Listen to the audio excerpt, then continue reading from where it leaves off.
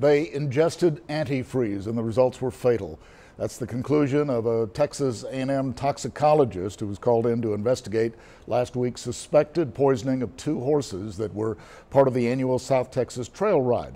This happened as the horses were tied up at the Bexar County Junior Livestock Showgrounds right next to Martinez Dance Hall in San Antonio.